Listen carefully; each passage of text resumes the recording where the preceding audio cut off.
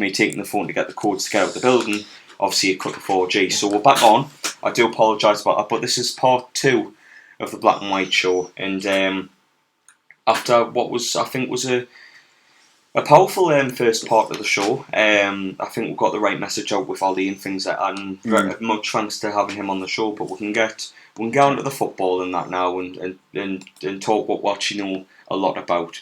So we'll go into the next part, which is obviously West Brom. We'll go from the top of the week, and wow, it was some game, wasn't it, lads? Paul, I'll come to you first. We'll dissect the game as we go along, but that game on the Tuesday night was just unreal. Don't you think? Absolutely. Different gravy, fantastic. Newcastle into nosebleed territory, and you know, apart from anything else, it was just great to see. Just some attacking football. You know, we dominated the possession, we dominated the agenda for 75% of the game at least. You know, we scored some good goals, we looked decent, we had other chances. It was just unbelievable. And the atmosphere, let me tell you, the atmosphere in that away end, 5,500 was it, Kyle? Jordan, yeah, 5,000, aye. It was absolutely bouncing all the way, you know, through the night. It was just a joy to behold. I've argued for so long on Newcastle Fans TV about the benefits of a cup run, and just to see it there for the first time in what is it, 14 years? Rob will tell me. 14 years since we last reached the FA Cup quarter-final. Yeah, that's right. It's just amazing, and it was, you know, it made the how long did it take us to get down? 4 hours because of the traffic and stuff. The M36. There was an accident on the M36 and it took us a while to get down from that. But other than that, Lee needed expert analysis from Sam on how to park. But I think me and Paul kind of cracked the code when it came to parking. We were 0.4 mile out, found a nice cushy little street, and we just had an easy walk to the ground, and it was kind of like so. Sam was sending us pictures of parking spots and things outside the ground. Wasn't needed, mate, to be honest. I thought we smashed it. So I fair play to Paul on that one, but I'll go into the lineup straight away. It was kind of a full strength squad, but we had a couple of changes. Like Darlow was in goal, Manquillo, Shaw, Lascelles, Rose, Bentaleb, Longstaff, Lazaro, Almiron, ASM, and Joe Linton up top on his own. But Steve Bruce persisting with this 4-2-3-1, which, to be fair, it's unusual, but it's nice to see we'll play 4-2-3-1. I think it was quite brave, Carl, to be honest, because you know after the Burnley game, and there was a lot of frustration. That was the watchword. A lot of frustration after the Burnley game. You know, we created more chances. Yes, you could argue that, but we didn't look as if we were going to score at the same time, if you know what I mean. So he had the gumption. He stuck with it. He went with it, and he thought, no, I wouldn't give it time, to bed in. And boy, did we see the benefits of it on that game. Yeah, I completely agree, mate. But before Lee has a fit, sitting in his office chair at Sky, I'll remind all of you that we've got a WhatsApp number that you can send questions in on.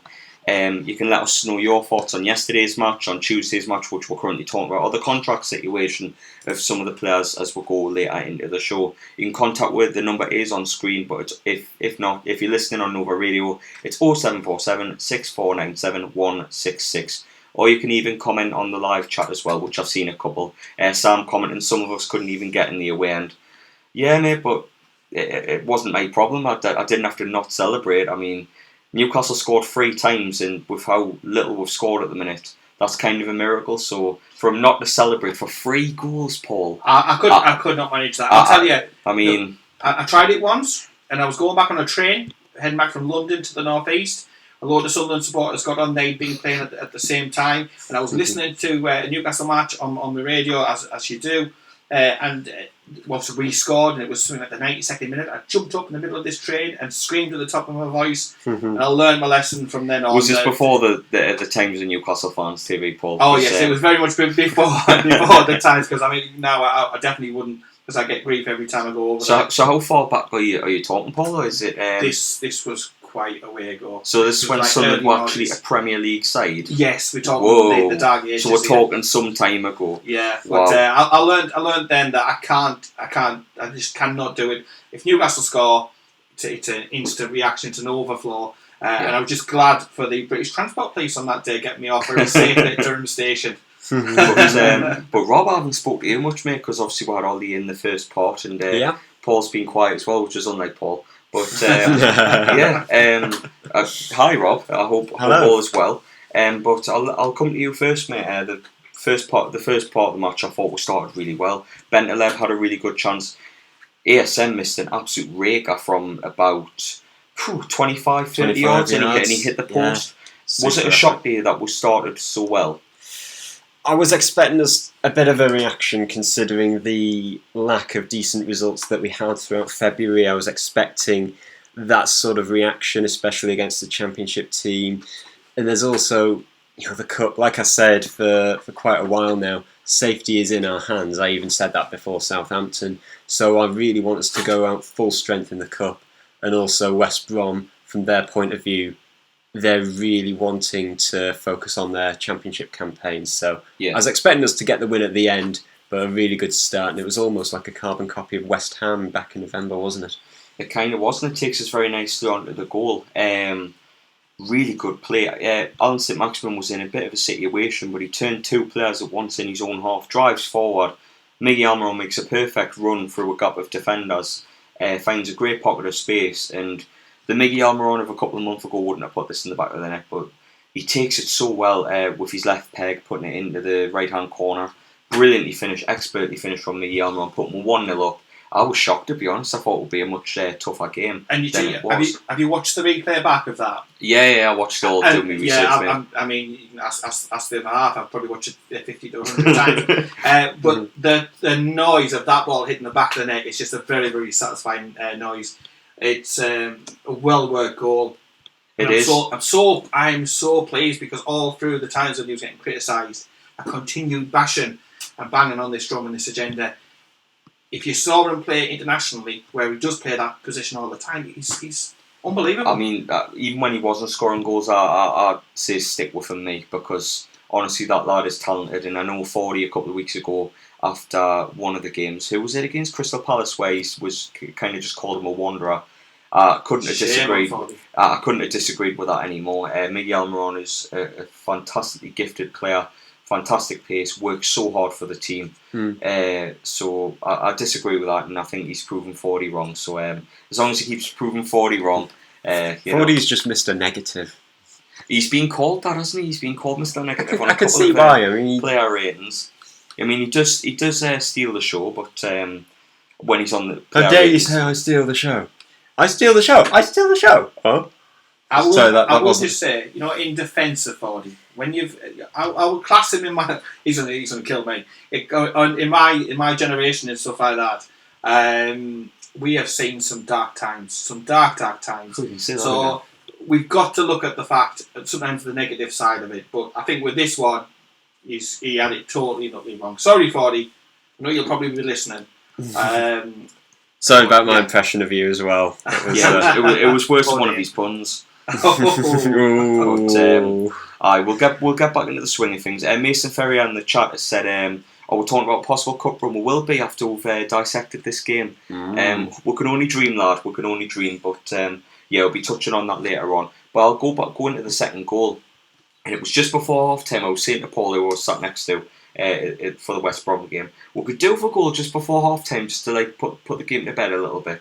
And to be fair, that's exactly what we did. Manquillo plays a lovely ball into Lazaro. Lazaro has the ball on the edge of the box, and he plays it lovely. He plays it into the box, but it kind of deflects off a couple of players, and it falls to Joelinton just on the edge of the 6-yard box, and he backheels it into the path of Almiron. And Almiron, to be fair to him, hits it absolutely on point, top corner, and it goes no saving that at all. There was no one getting anywhere near it. And 2-0 up before half time. It was a relief to be 2-0 up, but at the same time, it was a worry because I was getting flashbacks of Oxford, where if we concede one, obviously it'll all fall in line. But we start the second half really well. Really well indeed. The ball falls to Almiron. He switches the play beautifully to Alan Saint-Maximin, who takes a shot at Kevin Bond. If you remember Kevin Bond, we were actually linked with him in the Pardew era when he was only 21 years old or something. Awful then, awful now, and this save kind of sums him up. It kind of parries it into the path of Lazaro. It hits his stomach, and it just trickles in. And we'll go 3-0 up at the Hawthorns. I wasn't expecting it at all. But as a Newcastle fan, you take the good with the bad. Especially, I've seen a comment as well in the live chat. Where is Lee? Is he okay? Nah, he's dead. Is a response. I can assure you, Lee is perfectly well. I think is he hat shopping? I think he's hat shopping. Lee, I think you're hat shopping, aren't you? Let's be honest. Not in Sports Direct though. Let's just clarify that straight away. But no, Lee is fine and well, and he will be with us from 7 o'clock onwards. I think. Quarter past 7. He'll be here around. So I think it'll be half the last 2 parts maybe, if we can stretch this one out. But I think it'll be halfway through part 3. So stay tuned.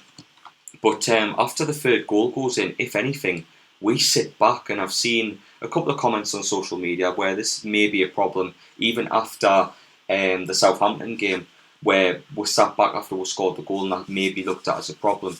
Do you think that's a problem? Where we've sat back after going 3-0 down, or do you understand kind of need to take the players off, rest them for the weekend, and kind of going to the motions of trying to see the game out? I think it has to be the latter, because we've got a huge. Yesterday was a huge game, which was certainly in the back of our minds on Tuesday night, and I think 3-0 up when just soon after the second half started. You really want to just sort of, there's no goal difference in the FA Cup, is there? So you might as well just try and sit back. And it nearly worked, to effect, because I think it's worked in the past, but at times we've dropped quite a lot of points when we've done it like this. We haven't had much experience, have we, where we've been in commanding positions and then we've had to sort of use game management. We're not used to it, are we? We're not used to it. So I think it was new for the players at the end of the day, and I think it coincided with Miggy being withdrawn and that enthusiasm and work rate disappearing with it. But it's new. It's new to the players. And obviously we had to give West Brom something. They're more shocked than us. Yeah, well, we had to give them something to cheer about, because apart from when they scored, I didn't realise anybody else was in the ground, to be honest. Pretty quiet. Yeah, true. The Hawthorns wasn't very loud, but after our third goal goes in, they have loads of chances. Rose headed it off the line. They hit the bar. They had all sorts of chances. Even one of the strikers missed the ball in a one-on-one opportunity. But they finally get the deserved goal. The ball goes in. I think it deflects off the bar. No, it comes in for a corner. Jordan heads out. They crossed it in on 2 different occasions, and we just couldn't keep them out. Matt Phillips with actually a really tidy finish on the bounce. I've always rated Matt Phillips, by the way, as a winger. Puts it 3-1. I thought the game was kind of like, we'll need to be careful, try not to concede another one, but it's still manageable and still kind of see the game out. So I was still relatively happy with the way we were playing, but I was a bit concerned with how deep we were playing 4-2-3-1. And I thought, if anything, he'd move to a 5. Because what I noticed was when around 70 minutes onwards, Sean looked knackered in the midfield. He just looked completely tanked for the day. Like it's kind of take us off now and put Matty on for a bit of energy. That's what I was saying to Paul, and we just couldn't keep them out. We fought at the back. I thought it would have just been able to go through the formalities, but West Brom were under loads of pressure, to be fair. And even after that first goal that they scored, they were getting corner after corner. They had chance after chance over the bar, wide of the goal. Nothing really major, but they had a chance just before the end. Zahori took the ball on the left-hand side. He beats 3 players with this run. Absolutely unbelievable run, to be fair. And he slots past Darlow to make it 3-2.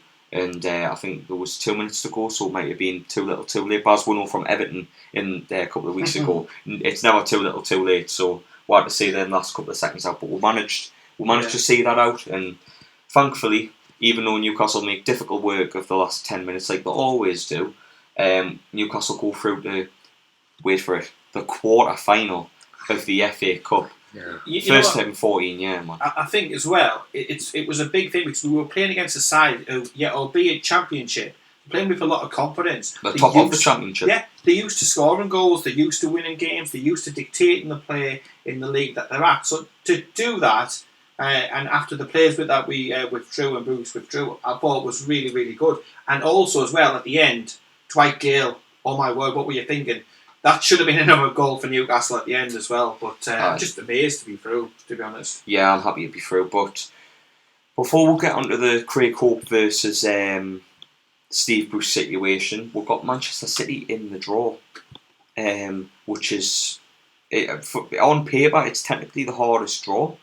So make that what you will, but I was actually really happy with this draw, to be honest. Could have been far worse. Because at home against Man City, they get so rattled by playing us at St James's Park, and when it's rocking at St James's Park. And there was a question that came through from the WhatsApp group, a question sent in: should War Flags be back involved for the quarter final? They've already took a stance and said they're not going to be. Their stance on Mike Ashley remains that they're not going to be there until he leaves, which is fair enough. They're more entitled to their opinion, but I would love to see them at the quarter final. I think everybody would. I think more than just Newcastle Fans TV has spoken of this, where they'd love to see War Flags in the ground to generate that extra bit of atmosphere, because it is going to be the biggest game for Newcastle in some years. Some years, yeah.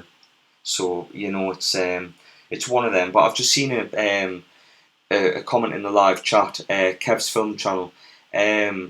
It's a fantastic comment. He says he's opened up about his mental illness, which we was talking about in part 1 with Ollie from the foundation, and I'm happy you've opened up a little, opened up to the chat. I just think talking to a family member and obviously things like that is obviously important. It's okay not to be okay, so fair play to you for opening up on the chat. And as I say to Ollie at the end of part 1, or the other stream which other people may have watched, even if it affects one person's decision to open up, it's a fantastic gesture by us, and it's an achievement that one person's opened up. So fair play to you on that, mate. I hope everything's okay, and I hope you get the help that you need by talking to several people and things like that. So fair play to you. But back on to West Brom. No, back on to Man City. In fact, the last state, as I say, is I do fancy our chances. And looking at the other teams in that competition, we've got hammered off Arsenal, so they'll be a tough game. We've beat Sheffield United. We've given Man City a good game. Norwich, we've been beaten, drawn off them, but the way we're playing, we're 4-2-3-1, they're beatable. Beat Man United this season. Stay away from Leicester, and we've beat Chelsea this season. So all of those are top 6 sides against non-top 6 sides. Exactly. So if we can get through Man City, nobody will want to play us in that semi-final. And honestly, I've told lads on the channel this. I've told my friends this. I've told my family this. If Newcastle get to Wembley, I don't care what I have to sell. If I have no money, if the uni money's dried up by then, me student finance, I don't care if I have to sell me dignity. Owen mentioned an OnlyFans account. I don't care if I have to sell my body, my PlayStation, my tops, anything. I don't care. I'm getting to that match regardless. Send a blank check to someone. Just send a blank check and whatever, mate. But in the words of Rio Ferdinand, take whatever numbers you want and let them write what they want on there. I mean, when he said that, the last time he says, give what was it, a blank check to Ole Gunnar Solskjaer? On the contract. Yeah. We'll not listen to Rio Ferdinand and anything he has to say. But if we get to that semi-final, trust me, I will be trying my absolute best to get there. The thing is, as well, if we do get to a semi-final, with the noise from the fans and the passion and the desire to get through, then it would be unmatched. Because, so like you said, nobody would want to to draw us in a semi-final. Not after we beat Man City, no. No, you get some clubs who are used to the success. So like Manchester City, an FA Cup quarter-final, it's just meh. Another one, lads. Yeah. But for us, it means a lot more. So we can use that to our advantage and for inspiration. Like, I will cry with happiness if we ever win the FA Cup in my lifetime. I resign sobbing, mate. Yeah, I will be in. I'll not be next to Lee for vlogs or anything like that if we get to a final minute, because I do not want to be crying on camera. Like, no way. That's a Lee thing for when we win at Tottenham and things like that. But I think it'll be just a.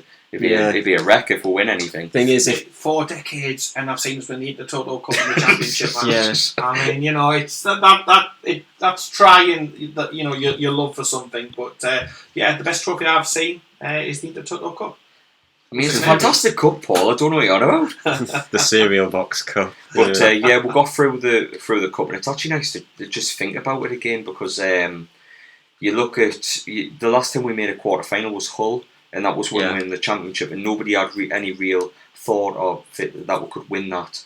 I did. I really didn't. I cried at the end of that as well. I thought we wouldn't get past Hull. I thought they'd smash off the park. I thought we're lucky to get a penalty that day, to be honest. But I had some hair back then. So really, shows you how long ago it was, really. All having hair. Yeah. As I say, it's nice to dream again. The last time I thought about we could win something was that Europa League season when we got knocked out of Benfica. Yeah, someone said in the comments that it's the biggest game since Benfica. Oh yeah, I completely agree, Geordie. It is the biggest game since Benfica. And I remember being there that night. Papi Cisse scored to put us back in it, and then I think it was Lorenzo, big 6'4", angry centre forward, and he put the game to bed. I think it was Younger and Beaver was at fault for that goal. He was at fault for a lot of things. Let's be honest. He was awful. But that was the last time we had any hope of winning anything, and it would be really nice just to see we get something. And honestly, if we win this cup, I don't care what people think of Bruce statue built. Oh yeah, no, that's just a joke, by the way. But no, you would at least deserve some praise. But I want to end this part of the show on 5,000 Geordies, man. Tuesday night. Well, 5,001 if you include Sam in the home end. But 5,000 making all sorts of noise. It's on screen now. Just it's the a numbers, full stand, isn't it? The numbers, the noise. It was just a phenomenal night, and I would put it in my top 5 away days for sure. You've got something, haven't you, Carl? So there was the noise, the fans, and the inflatables. Yes. How could you forget that? I was literally about to say. I think I've got concussion. Honestly, though, when they were chucking them down and they were hitting you, they were hard. Like, excuse the put with what the inflatable was, but there was like a really hard plastic bit on the other side, and they were hitting people in the head, and they were hurting people. So it was some experience. Like it was a really good night. Loads of goals, entertaining football, very good cup tie. The weather was alright as well. But it's a perfect way to end part 2. Kyle doing a pun. That is. I think you should retire. I'm not doing a pun. Like no way. You just did. Not to the extent you do, where I'm purposely looking to annoy people. But before I wrap up this part of the show, you can text in you can WhatsApp it in. Sorry. On 0747 6497 166 if you want to ask a question or if you want to cause a little bit of debate among the lads. It's definitely within your right. You can definitely WhatsApp in and get involved with the show. But we'll be speaking about Southampton in a couple of minutes, so see you soon.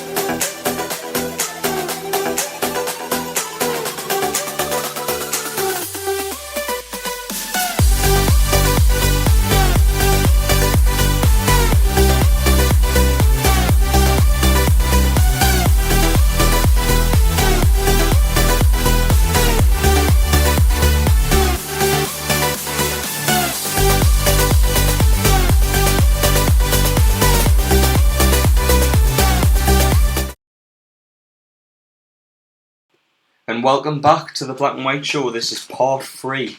I'm your host, Kyle Thompson. I'm joined by Rob and I'm joined by Paul, as we're going to be talking about yesterday's win against Southampton. But before we do that, there's a couple of WhatsApp questions came through throughout the break, so thank you for sending them in. Question came through: if we get top 12 in a Wembley trip, has it been a 10 out of 10 season for Steve Bruce? Now that's a fantastic question. Thank you for sending it in. Paul, I'll come to you first, mate. What do you think?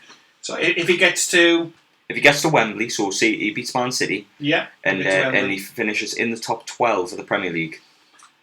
At the end of the day, what I want more than anything as a Newcastle fan is to get to the finals of competitions and win stuff.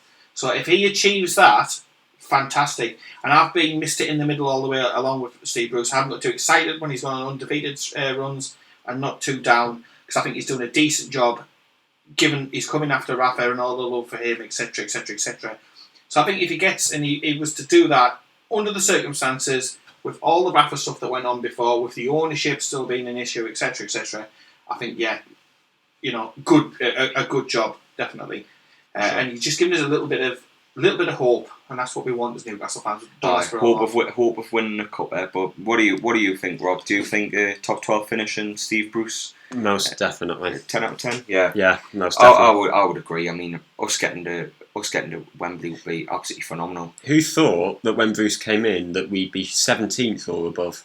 Who thought that? Well, if you go back to the video me, Johnny, and Will did from last year when Steve Bruce first took over, it was negative. So yeah. Well, I says I wouldn't judge Steve Bruce on his other teams, and I would focus on such things as his time at Newcastle. But if he managed to finish in the top 12 with a trip to Wembley, would be a 10 out of 10, because no manager for a long time has got to Wembley. So it would be nice to have that day out again. And I know we'll laugh at Sunderland for winning the we filled Trafalgar Square trophy on 2 occasions in one season, but at least I got to Trafalgar Square. Do you know what I mean? Mm-hmm. I want to go to Trafalgar Square with it all black and white, and I want to experience that, So yeah, I'd love a Wembley trip, and if Steve Bruce can get us that, then fair play at home. Mm-hmm. But yeah, at the end of the day, it wasn't our choice at all.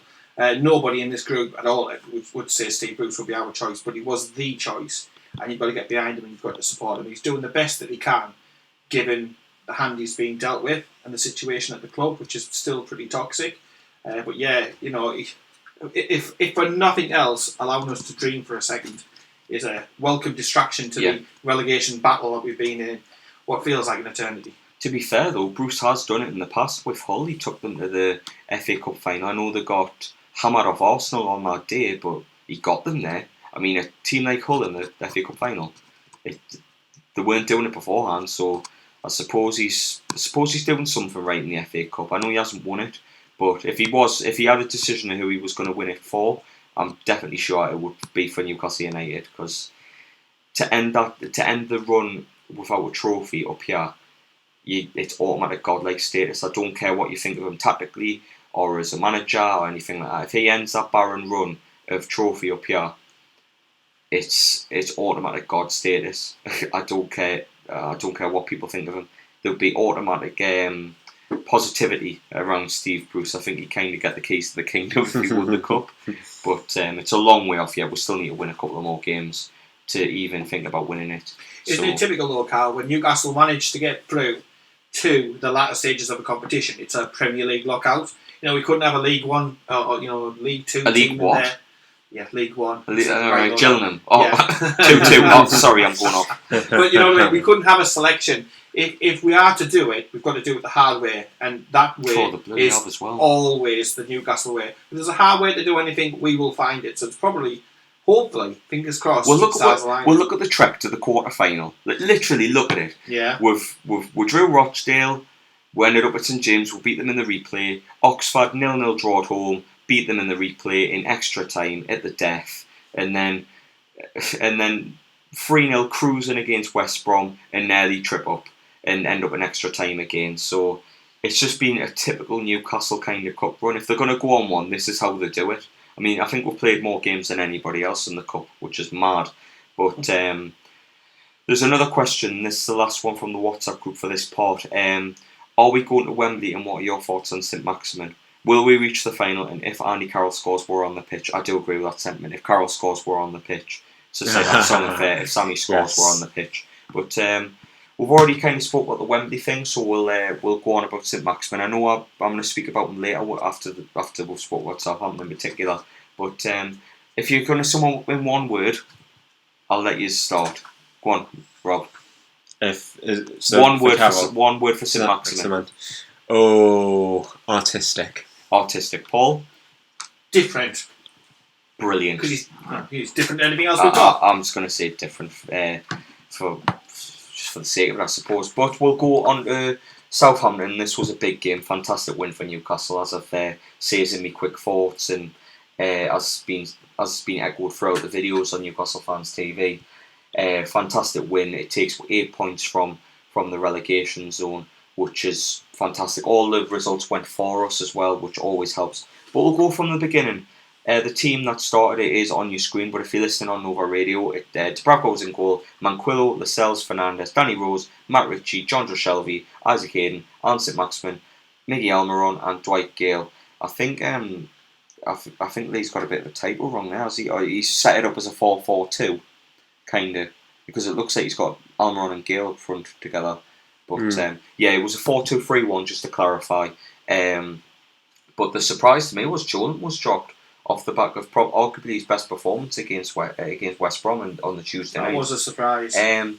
Might have been tiredness, because after all he's been playing he's pretty much been ever present, hasn't he, since, for however long. I disagree with that, Rob, because there was one weekend where he was supposed to have had a knock and he was definitely going to miss that game, and he started and played 90 minutes. I think it was Burnley actually. So they start him no matter what. So I think I thought he'd be more cautious on the ASM, to be honest, Kyle. I thought he'd be the one, given the fact that he's wrapped him up in cotton wool all the time. Is it a problem with the hamstrings? But he would be rested, and Joe Linton would play in that particular role. So again, surprising. I completely missed that out from the last part. Craig Hope versus Steve Bruce. Before we're going to this Southampton thing, I think we need to just touch on that a little bit briefly, because I've completely missed it out. We managed to stretch the match out that far. We've done all right, but I'll just ask one question regarding it. I'll not bother with the radio clip or anything like that we've got. But Paul, before the rumours were squashed by Steve Bruce, did you actually think they were real? The rumours about Busto? I take anything like that with a pinch of salt, because we know from what we do, it's a lot of it is just clickbait. It's just to get attention. It's just to fill up a few column inches when the news was quite quiet. So I was suspicious of it because of how it came about and how it came just totally left field. I didn't see any issues in between him and ASM when he's come on. This, that and the other. So you would think there would be some tension there, if there anything on it whatsoever. And I just think it's journalists being journalists. Sadly, I think there's good ones and there's not so good ones. And no, he wouldn't be on the list of people I would necessarily run to find out anything on a Newcastle perspective, maybe straight away. But Steve Bruce very, very eloquently put him in his place. Yeah, I love it. It's a fantastic clip. Actually, I will play the radio clip. Why not? We've got it available to us. So, Rob, I'll let you work the magic on the radio on the laptop, and I'll let Paul play it. Paul doesn't have the radio clip. No, we don't have fantastic radio clip. So, Lee, if you're listening, I do apologise. We don't have your radio clip on the radio show. So, basically, what Bruce says was, he says the report was a load of tosh. Basically, he wasn't happy about, and he called him out as well in face to face, and I thought it was really good of Bruce to do that. Rob, I'll let you get your opinion out there on this situation. What did you think of the Craig Hope versus Steve Bruce situation? I think Bruce had the ultimate proof once and for all what the real story was. I'm not sure what Craig Hope was trying to achieve with that story. Well, of course he said that he was told by a source that he clearly had some reliance upon. But whatever fractious disagreement that Bruce or ISM may have had, it might have happened, it might not, then Bruce has certainly quashed it. And I saw a post-match photograph yesterday of the two of them hugging each other. Yeah, Saint-Maximin put it on his Twitter, which I found quite funny. But my verdict on it is, I think Craig Hope's been caught with his pants down a little bit, and I know he's been on Twitter trying to prove it correct, but ASM looks like he's fully playing for Steve Bruce, and after yesterday, he couldn't have. Well, I think from a journalistic perspective, Craig Hope did. He's definitely heard something from a source to report it. He's certainly had some sort of he's had some sort of word to make believe that. So he's kind of been caught in the crossfire. Kind of. So it's not fully his fault, but he's kind of went with it because he knows it would get clicks and things like that. But for me, let's just kind of forget about it now. It's kind of been with that yesterday, and we'll move straight on to Southampton, where we'll talk about ASM putting that to bed. But Newcastle started really well in this game.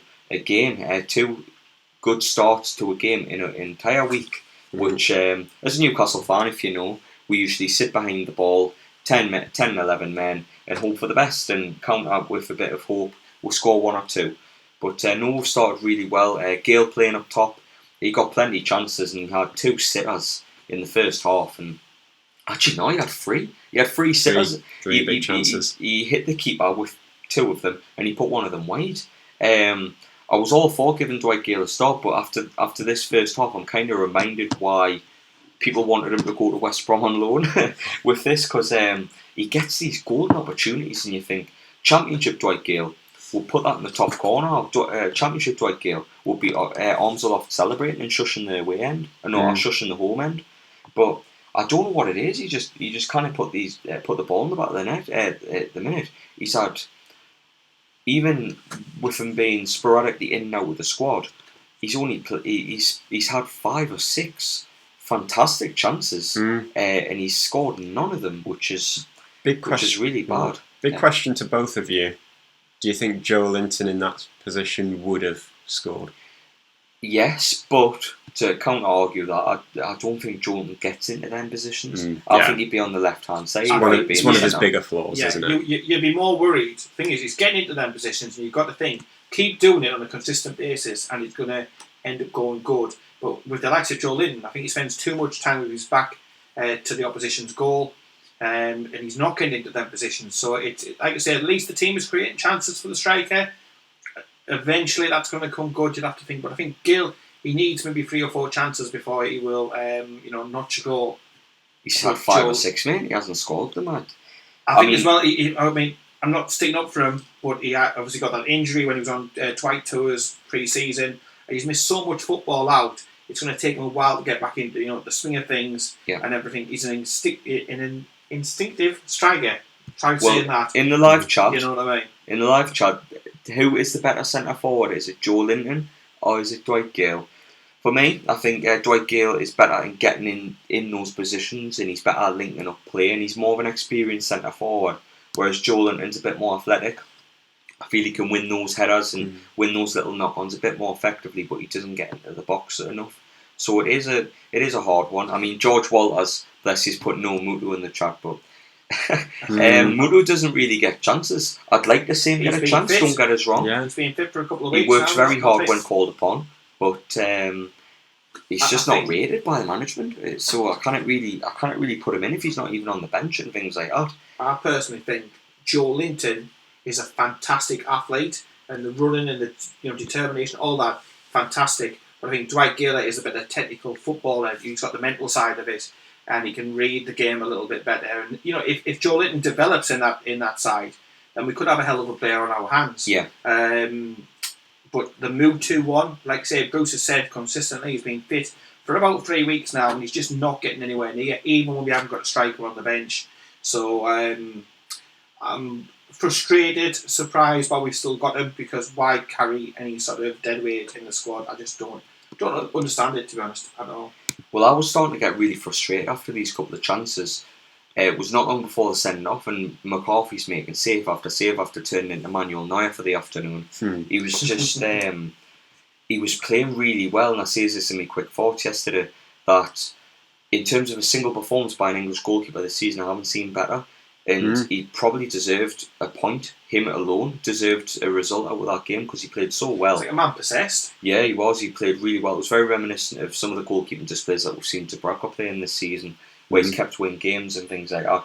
But the sending off comes along, and for me, this is a fantastic advert for VAR.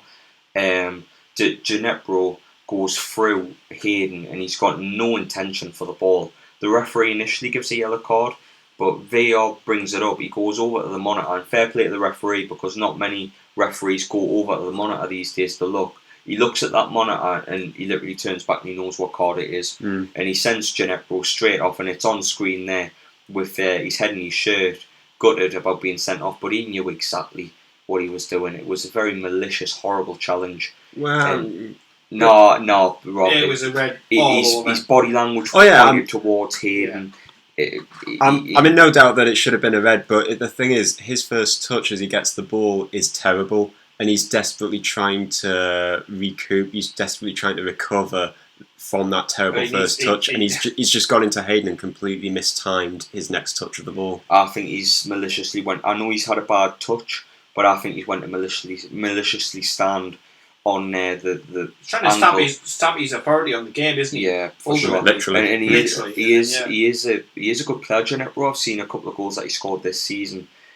So he's. But I've seen a comment from George Walter saying his mum died this week. He's had a tough week, so I guess he's an emotional wreck. So it kind of puts things into perspective, actually. So cheers, George, for your comment.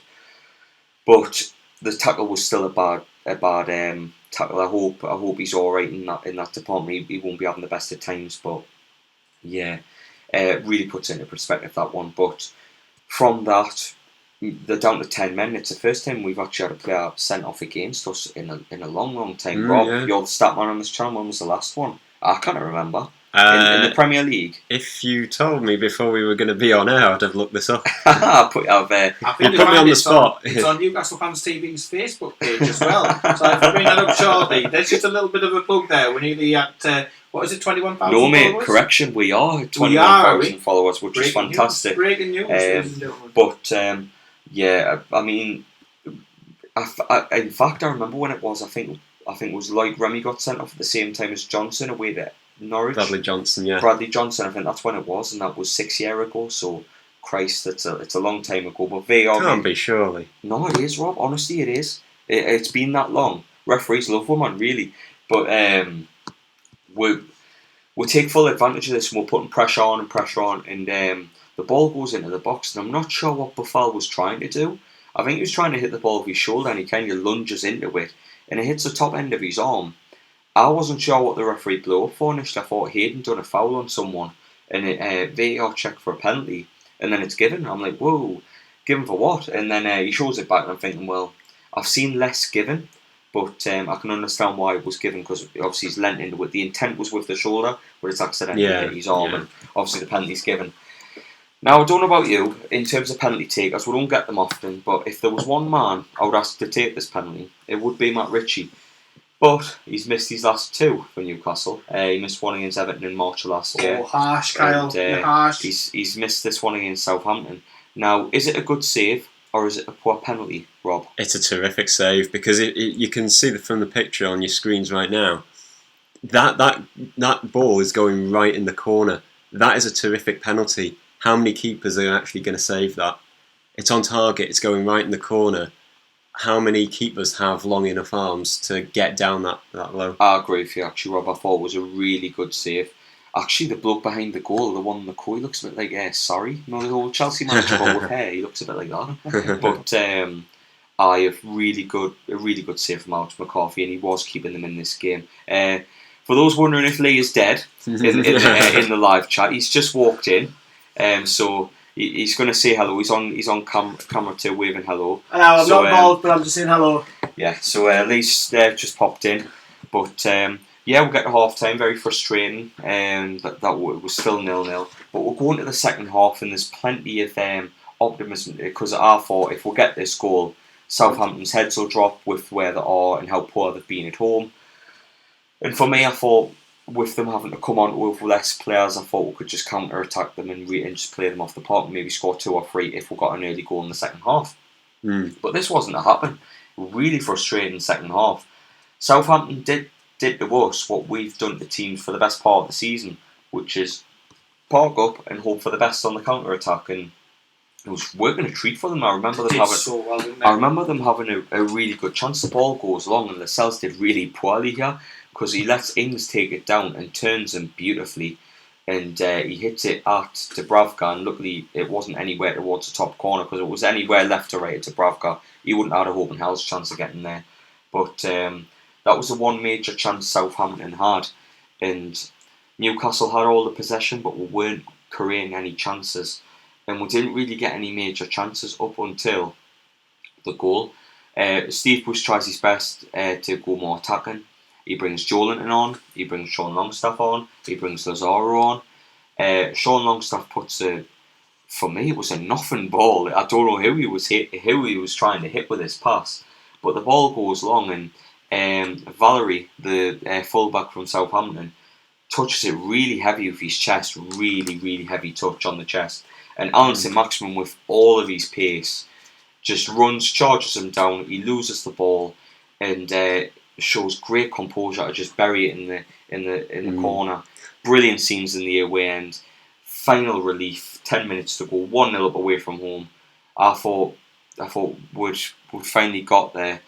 Finally a goal after nearly 4 or 5 Premier League games, coming up to 5 if we would have drawn that one 0-0. But Rob, what was the emotion like when that goal goes in? It was amazing, because I think we had our just rewards. I think we were, from what I gather, we were so much the better team. I think that, it was getting to a point where a point was not going to be good enough. I'd have been dissatisfied. A very frustrating radio show today if we had to pick up a point yesterday. Yeah, it would have been dissatisfied. But I'll tell you what, that goal from ASM, as soon as Valerie latches onto that loose ball, I think he gets really scared. You know what I mean? He's definitely... on Saint-Maximin running at your full tilt, you're going to be scared, aren't you? Yeah, definitely. Because that's the pace I haven't seen before in a black and white shirt. Not since... well, it wasn't a black and white shirt. Well, it was a green one. A Newcastle top. You know exactly what I mean, Rob. But to be fair, after the goal, I thought we looked comfortable defensively. I know Southampton tried to come out the blocks and we went a bit deeper, but I was really happy with the way we just shut the game out. We time wasted well, and the crowd were able to get behind the team for the last 10 minutes, and we got to see this game out and get a massive win for us. Goes to show you as well, Carl. Now they know they can see games out. It gives them again that little bit of belief.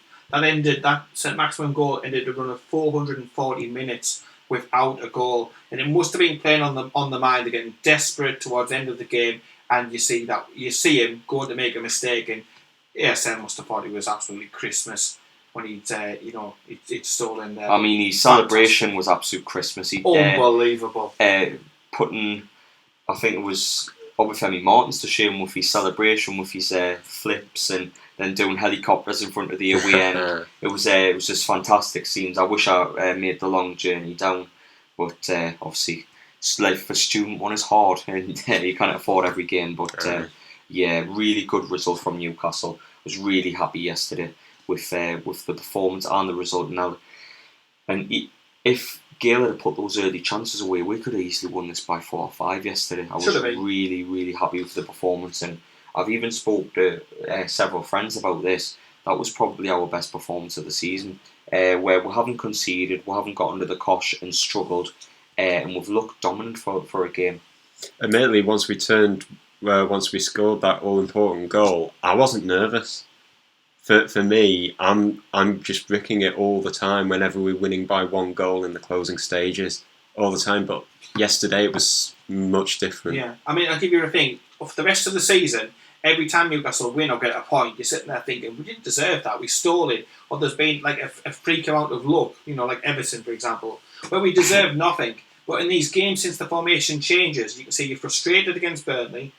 I think West Brom, we deserve to win. We control 75% of the match, I would say. Yeah. Then against Southampton, a professional job done, and then you're bossing possession stats. And again, you can say for the first time in a long time that Newcastle deserve to pick up these victories along the line, and that feels good. And gives you a little bit of confidence that we are capable of dictating games. We are capable of being the better side. And perhaps if we'd been playing that sort of football against League One opposition this year, it would have made it easier on the supporters. Well, we've changed the formation. We changed the formation against Burnley last week on Saturday, I think it was, where we changed it to a 4-2-3-1. We've played it 3 times since. But in the Premier League, we've got 2 clean sheets. We've scored 1 goal, we've picked up 4 points, and we're through to the quarter-final of the FA Cup as well. So in terms of a 4-2-3-1 formation, I'm actually really happy with it. I know we've been begging for a change of system, and I'm really happy to see it work. To see that the fans in a way have been vindicated in changing the system. But Paul, I'll come to you. How happy are you to see this new system and this new formation for the team? Do you think it suits you a bit better?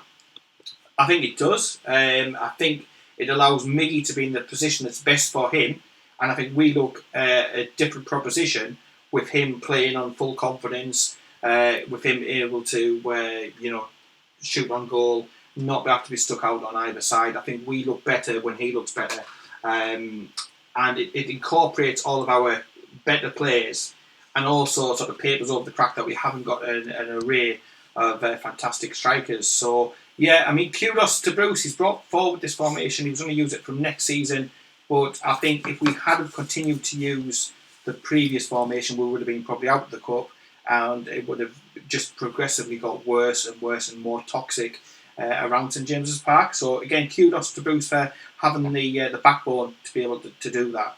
Well, the lads argued in the Newcastle Fans TV chat the other week about, well, it was kind of me causing the argument, but hey ho.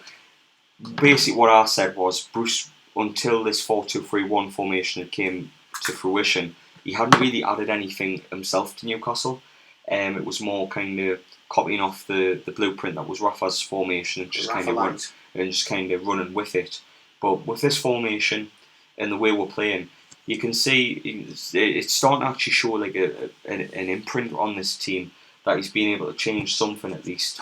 Because I can completely understand how a team of players would be set in one formation, the wing-back system, which has been a very comfortable system and a go-to formation for Rafa Benitez and senior players at Newcastle for well over a year and a bit. It suited our defensive type of play, but Bruce, fair play to him, has changed it up with this 4-2-3-1. I think we'll look really good for it. I just think my worry is when we come up against these better teams, it's just adjusting back to that 5 at the back formation, because against those teams it is proven to do very well.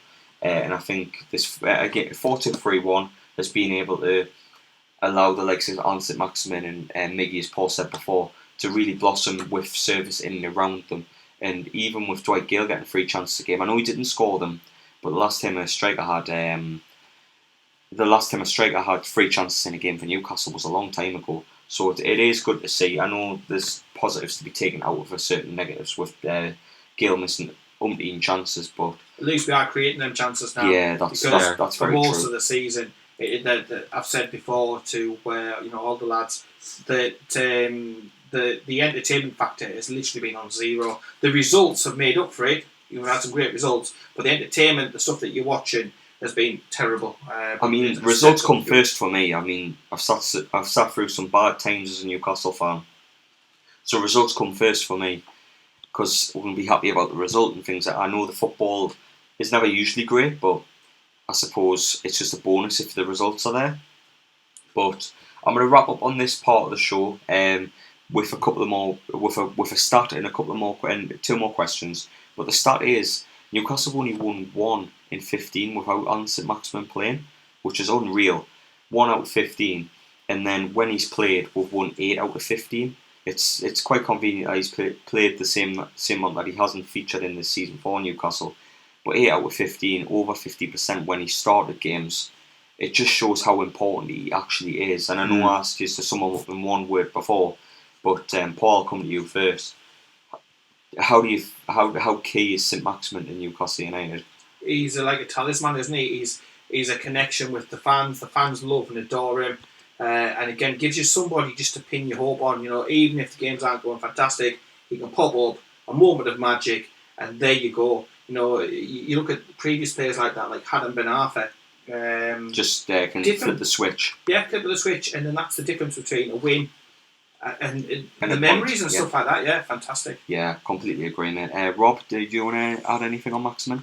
Yeah, like I said, the one word I'd use is artistic. He's just a beautiful picture. He's just a bundle of tricks, isn't he?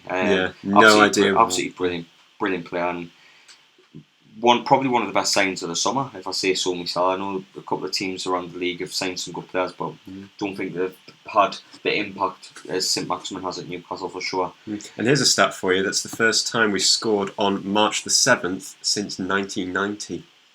I definitely had hair then, you know, Rob. Yeah, definitely. Yeah, I still doubt that. Primary school But days. before we wrap up on Southampton, is there any man in the matches that spring to mind? And like for us, because for me, John Joe Shelby in our first half was absolutely phenomenal. The chances he created, dictating play. On a high though, isn't he, after his new contract? Absolutely, and we're coming on to contracts in part 4. But absolutely brilliant he was. In the second half, he had a couple of wayward passes, and he was getting a bit frustrated as he was getting stick from the home end. But I was really impressed with Shelby yesterday, and if he can keep that type of consistency up, he puts himself once again in the hat for England contention, which you probably get wrote off because Newcastle players don't get picked for England, let's be honest. But if he keeps going and we'll keep going in the right direction, who knows? Chandra could get there or thereabouts. You never know. But any man of the match from you before we wrap up this pod? I'm good. You're good, right? Yeah, Okay, Paul. Yeah, I think you've covered it. I mean, I think John Joe was absolutely fantastic. He won't get England recognition, no Newcastle player ever does, let's be honest. But when he's on top of his game, he is our best, technically most gifted player that we've got at the club, and he's just different. And I'm glad that we've been able to get the contract sorted out, at least for him. Yeah, for sure. Another notable mention I would say as well is Jamal Lascelles. I thought he was very solid at the back. Danny Ings, who has been a thorn in the side of many defences this season. Lascelles gave him one half chance in the whole game, and Danny Ings was very frustrated. He was shouting at the referee for most of the game. But fantastic performance by Jamal. When Jamal plays well. Yeah, he should have been shouting at his manager who kept playing him not where he's best, to be fair. So very strange from the Southampton manager. Yeah, but when Lascelles plays well, Newcastle play well, and that's a perfect way to end what has been a good part 3. It is a good result for Newcastle. 8 points from safety. FA Cup quarterfinal. It's been a good week, but in the next part of the show, we'll be talking about contracts. Matt Ritchie and Shelby extending the stay on Tyneside, and we'll be going through the rest of the contracts that are 5 months or less, and should we renew or not. But we'll speak to you in a couple of minutes.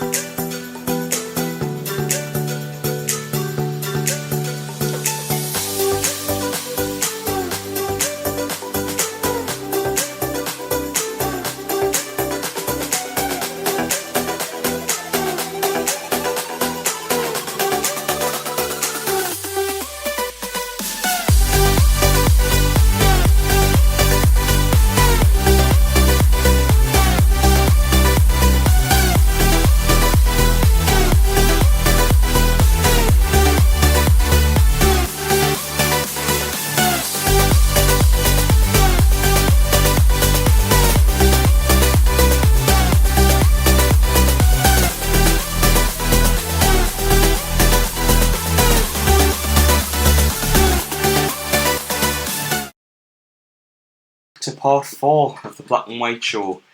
So far on the show, if you've missed it already, we've been speaking about the West Brom game. We spoke with Ollie in depth about the NUFC Foundation and the Be a Game Changer campaign, which was fantastic. And we've also spoke about the Southampton game yesterday as well. But in part 4, we're going to be talking about contracts, because earlier this week the club announced that Jonjo Shelvey and Matt Ritchie have both extended their stay to 2023 with Newcastle United, which is really good news, because they're both key players within the squad and both very integral parts of the team. So, Rob, I'll come to you first, mate. What's your initial thoughts of the two lads signing the new deals? Terrific news indeed. Both of them are somewhat leaders, and certainly, of course, Ritchie, he might not be the best player that we've got in the squad at the moment, but he's certainly one of those necessary players to have Absolutely. in the team week in, week out, because his leadership skills really are second to none. Yeah, and remember, if you want to contact us and send any questions regarding anything of tonight's show, you can WhatsApp us and send your questions in, or cause a debate, or whatever you want to do. The number to WhatsApp us is 0747 6497 166. So if you want to send any questions in to me, Paul, Rob, or even Lee to answer, we'll get him on camera to answer your questions if you want to. But no, I agree with you, Rob. I think both are very integral parts of the dressing room, both very important to Newcastle United in their own different ways. I mean, Matt Ritchie, technically probably not the best ever player to play for Newcastle United, but probably one of the most hard-working in all the years, like with all the protests and things like that. I remember a banner: "We don't demand a team that wins, we demand a team that tries." And Matt Ritchie definitely envisages something along the lines of he tries, he gives everything every game he plays. Yeah. And Paul, I'll come on to you.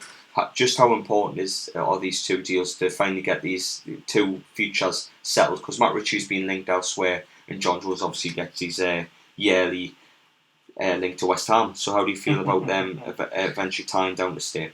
The senior pros, and I think it sends out a message to the rest of the squad, that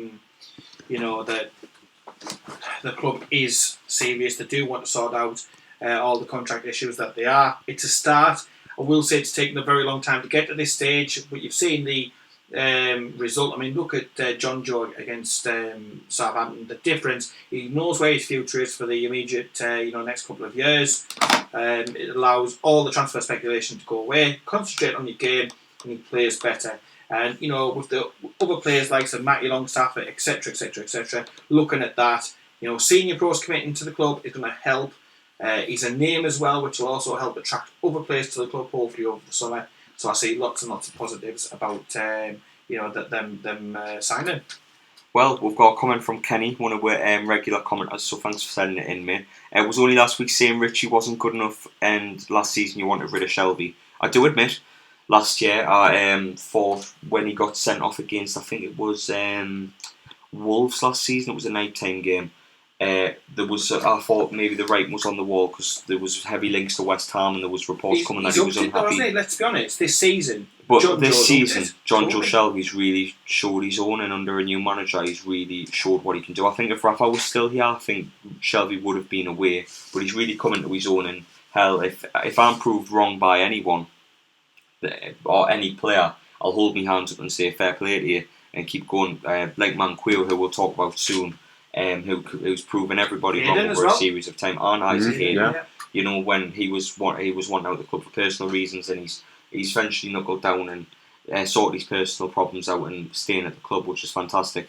But yeah, as for Matt Ritchie as well, actually no, I'll go on to a question before we go into the other contract situations.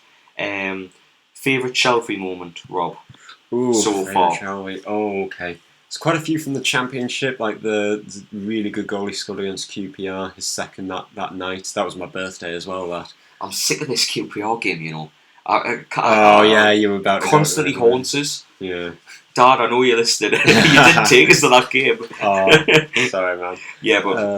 I just think it's his fearlessness. When he gets the ball, he's just not afraid to pick out a super pass one that will really Yeah. open up the opposition defence. And he's done that countless amount of times. But if there's one specific moment, then it's got to be that goal. Yeah, I would say his celebrations in the face of Kabay and Bruno, as we beat Crystal Palace and Brighton respectfully. I think they're up there with his best moments. But some of his passes as well. His home debut against West Ham, that pass to Jan Matt, if you remember, absolutely unreal. His performance against Fulham last season, his performance against Leicester, his first away win. Sheffield United away gate. That was fantastic. It was like a circus, wasn't it? Yeah. The entire thing. So he's definitely had a highlight reel of good moments. He's had his fair share of bad moments with obviously sending off against Dele Alli, couple of really bad performances. But you know what? He's had a couple of good moments, and long may it continue, because I think Shelvey on his day can be the most naturally gifted player Newcastle have by an absolute mile in terms of passing the ball and being able to dictate the tempo of a football match. And even when he puts certain tackles in, when he's in the right mindset, he's a really fantastic player, and you can see why he can be monitored for England. But on the other side, there's problems about his consistency and things like that. But we'll switch it on to Richie. Paul, what is your favourite Matt Ritchie moment? Oh, Matt Ritchie. It's a hard one, isn't it? Because Matt Ritchie had a really good championship season. But for me, and I know this is probably wrong, but I like the fact that when he keeps going around slapping everybody, shaking everybody. I mean, Dummett's injured. It's probably because of him. And I just love that little moments during the game, especially if you're there live, that you notice that you maybe don't see a match of the day, or if he sort of sit there and he'll literally whack somebody as he's walking by. Just little moments like that. I mean, yeah, he scored some great goals. He has scored quite a few penalties for us and stuff as well. Also, but yeah, just going around causing GBH on the pitch is probably one of the best. Matty Longstaff knows all too well, doesn't he? I remember that goal he scored in the cup, and he got an absolute battering off Ritchie for scoring. He probably wishes he missed, but then again, he may have got a worse height than you don't know. But for me, Matt Ritchie's best moment in Newcastle shirt was that 1-0 win against Man United. Special for many reasons. It was my first appearance on the channel that day on Newcastle Fans TV. Nice. Dubravka's home debut, and actually no, it was Dubravka's actual debut for Newcastle. He's been never present in the league. We beat Man United that day, and obviously had a couple of Man U mates at work at the time. So I was on the train to London. It was fun. It was a really good game. Really good result, and obviously Matt Ritchie scoring the winner. And it was actually the one time he didn't batter the corner flag into submission. He kind of slid towards the corner flag. But I love as well any player that gets a song like that.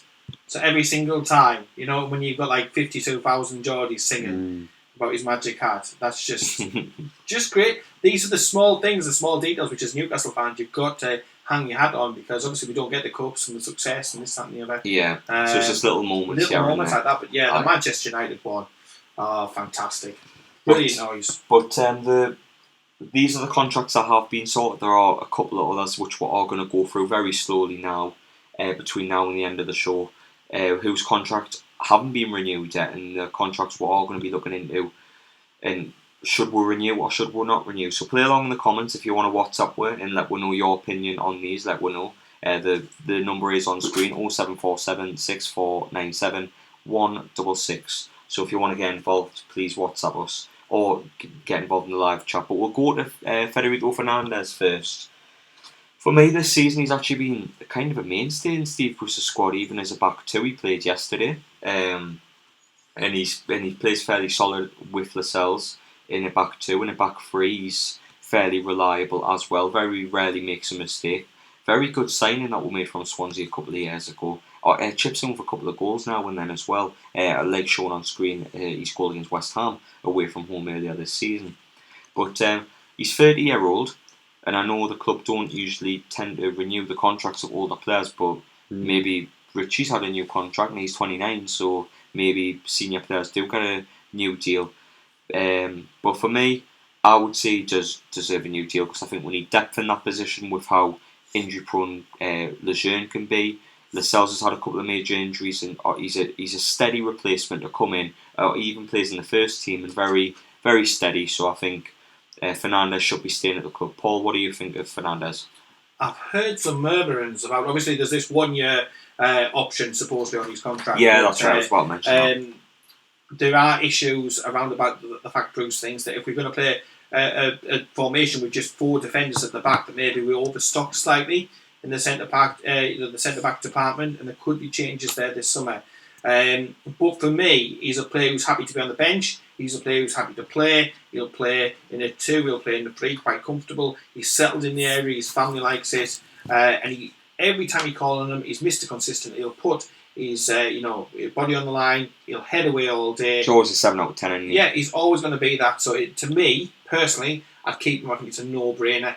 I think he's in today's market, I think he was an absolute great purchase, a great acquisition, and he plays well. In combinations, look at the different combinations we've got. He can play with a number of different people. So again, ticks all the boxes, doesn't it? Yeah, absolutely. Rob, what do you think? Do you think we should renew the contract for Federico? Yeah, for another year at least, I think. Yeah, I completely agree. Just trigger the 1-year extension. That's what I would do, and then look at it next season. If he doesn't do good enough, then obviously you can offload and leave on good terms. Yeah, exactly. But on to the next one, which is Javier Manquillo. And to be honest, this time last year, if he had said his contract was coming up, he would have probably been the first one I showed the door. But like I said before, I'm happy to admit when proven wrong. Humble pie. And Paul in particular, Paul is eating the biggest humble pie possible. Oh yes, Manquillo. Yes. This I think it was a couple of months ago. Nearly made Newcastle's worst team of the decade on this channel, and he's went and proved everybody wrong. He's played really well this season. Anytime he's been called upon, he's outperformed Yedlin. He's outperformed Croft, not hard, but he's outperformed Croft. And he's made that right back position his own. And for me, I think it's an absolute no-brainer. Need to give him at least a 2-year contract. You've got the likes of Brighton, West Ham, Crystal Palace, all wanting him. And he would be a very good signing for them type of teams. Why are you worried about it, Paul? I'm worried because he is playing well. He's our best right wing back at the club at the moment. Kraft and Yedlin don't even come close. I think, though, Bruce will look at the fact we've got, at the moment, Yedlin, Kraft, and we've got Manquillo, and he'll think that's too many. And we've got one of them coming out of contract. So I do worry. Will he be about next season? I'm not 100%. I'm not as confident as what you are that the club will keep him about, sadly, but he has been one of our better performers, this season. I was critical of him before. I mean, look at the Wolves game when we were down to 10 men, and he was all over the place. He wasn't tackling, he wasn't crossing, he wasn't doing anything. Look at it now. His crossings come on loads. His positional play, tackling. He can do a bit of everything, and that is where Yedlin falls down, because Yedlin, again, is a bit of a one-trick pony. He can only go, forward. His crossing's not brilliant at times, but he's got a great engine, great athlete. And Kraft is just, Kraft. So, I'll let you work that one out. He's not very good. I do think he's the best, but I am worried that the club will look at the fact we've got 3 lads there. Do we need 3 right wing backs, 3 right backs? I think they'll look to get rid of 2 of them, and keep one of them on, personally, and then they'll bring a new one in the summer. But Manquillo's shown small glimpses of that player all those years ago that burst onto the scene at Atletico Madrid, and they had high hopes for him, and it didn't quite materialise for him, but he's starting to really show that, and fair play to him. I will admit I was wrong about Manquillo, and he's came back to really play well for the team, so I'm really happy about that. But on to the next one, Andy Carroll. Now this is a bit more of a tough one, because early part of the season he was staying fit, and he was getting bench appearances in the team and things like that. But the past couple of months, his injuries have really fell off, and he's been in and out of training. He's pulled up on doing a volley and things like that, and he hasn't been in the squad now for a while. So what happens with Andy Carroll? Because when he's played, he's done really well. The one that springs to mind is Bournemouth at home, where he came on and he absolutely bossed it, or Palace, where he set up the winner for Miguel Moran's goal. When he plays, he's a great hold-up man for the way we play in the wing-back system. But if he's not fit, then we can't really use him, can we, Rob? Exactly. I think it'll be worth keeping him for at least another year, but demote him in terms of where he stands in the ranking of choice. So currently, when fit, he's second choice typically behind Joe Linton, but ahead of Muto. But I think Carroll needs to be third, maybe even fourth choice striker at the club. I think he's got to lower his wages because his wages were reported last month. I think it was. Last month it was. And he's on quite a high wage for someone that rarely plays. So I think if they can find some sort of agreement and he can stay fit, then when called upon, he can be a fantastic asset in Newcastle. I'm different here.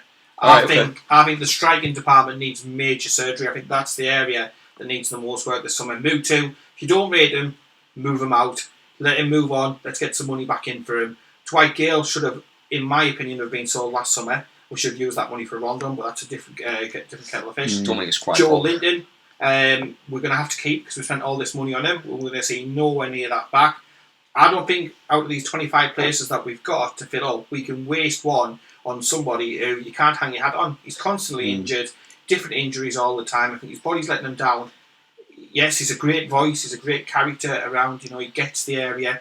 But if he's no use on the park, then to me, there's no point being sentimental in it. I mean, I'd love Alan Shearer to still be playing, but he's past it and his body won't, he can't run. I see what you mean about the strike force needing major surgery. Yeah, however, strikers are the most expensive players that there are around. So can we really, considering the amount of budget that we'll have to spend in the summer, can we really afford the major surgery? I think if you were to sell Mutu and you were to get somewhere between £6 and £10 million for him, and I think you sold Dwight Gale to maybe a promoted club, somewhere around the £10 to £12 million mark, you might get for him. Then it gives you a little bit of money, plus what we've already got. I mean, you remember we bid £40 million for a French lad at the end of there would have been another record deal for us. So there must be cash there. You've got cash, player sales, put them together and bring in a striker or two and maybe promote a Sorensen or a Tom Allen as well. Okay, well, we need to get through these next couple quickly because I want to end on Matty Longstaff. But would you renew the contract of Andy Carroll, Paul? No. Rob? Yes. I would as well, actually. I'd vote for keeping Andy Carroll. I think he's just an option off the bench at all. But the easiest one of the list, Jack Colback, renew or not renew? Is he still here? Not renew. I always keep forgetting that he actually is on our books still. It's alright, mate. Rob Elliott, he's been a good servant, but I think I think it'd be good for him to go to America or something. Get some nice hot sun, mate. He deserves it. The cold beaches of Tynemouth are that cold. So go to LA or something. Go somewhere nice and warm, and enjoy your last couple of years before retirement, mate. Because he deserves it. He's had a fantastic couple of years at Newcastle. Jamie Sterry, renew or not renew? No. Past 24 years old now. Yeah, there's no way he'll be able to break into the first team. But, unfortunately not. I'm sorry, but the last one is Matty Longstaff. We've only got a minute and a half before I need to wrap up the show, so it's a big one. Bruce has claimed that people are in his yard and things like that. I don't believe that personally. For me, Matty Longstaff, if he's asking for a reasonable amount of money, for me, it's got to be a case of we need to bend over backwards to give the start a deal, because if Henri Saivet is making a lot of money out of this club, and the likes of Key before he was released and all these midfielders, Jack Colback, are earning good wages, then I think Matty Longstaff, one of the upcoming midfielders in Europe, one of our own, any 29 lad, phenomenal when called upon, plays really well. Sean's brother as well. I just think he ticks all the boxes and we need him in the squad. He proved against Man United, and he's proved in several cup games this season why he's the next big thing for Newcastle United. And for me, I'll sing his praises till the end because obviously local lad. So for me, no brainer. They've got to, even if it's a small demand that Matty or his agent is asking for, pay it, because you've got like Saivet on your books. You can't say, you can't have problems if you're paying like Colback more money than Matty Longstaff. Sends the wrong message out totally from the club. We need that route from reserve to first team sorted, and he's the perfect example of that. So sign him up, get him sorted. Yeah, renew, definitely, absolutely. But that wraps up the show for this week. It's been a really good show, lads. I know we've had a technical issue between part 1 and part 2, but that was that was Ollie's fault because I had to leave and let him out. But yeah, it's been a fantastic show. We've got a very powerful message out in part 1. But it's been a fantastic show. Thanks to Paul, thanks to Rob, and I've been your host, Kyle. you. And yeah, catch you in a bit. Ta-ra.